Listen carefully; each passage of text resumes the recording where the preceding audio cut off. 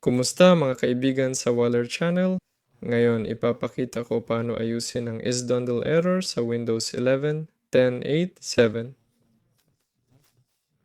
Angkop ito sa lahat ng Windows.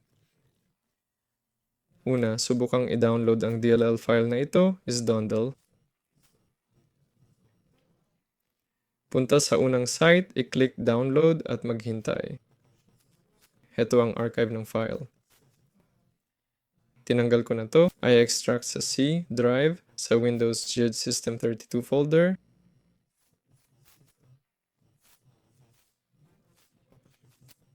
Dito natin i-extract.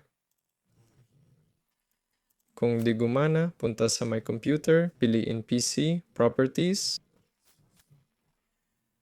Punta sa Advanced System Settings, Advanced Performance Settings, Advanced.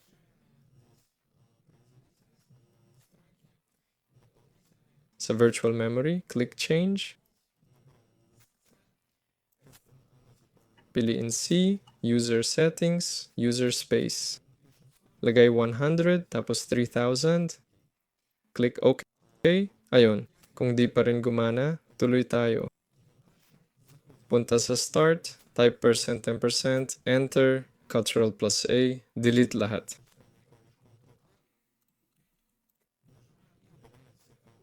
Tapos na ang problema. Ako si Valor. Paalam sa inyo.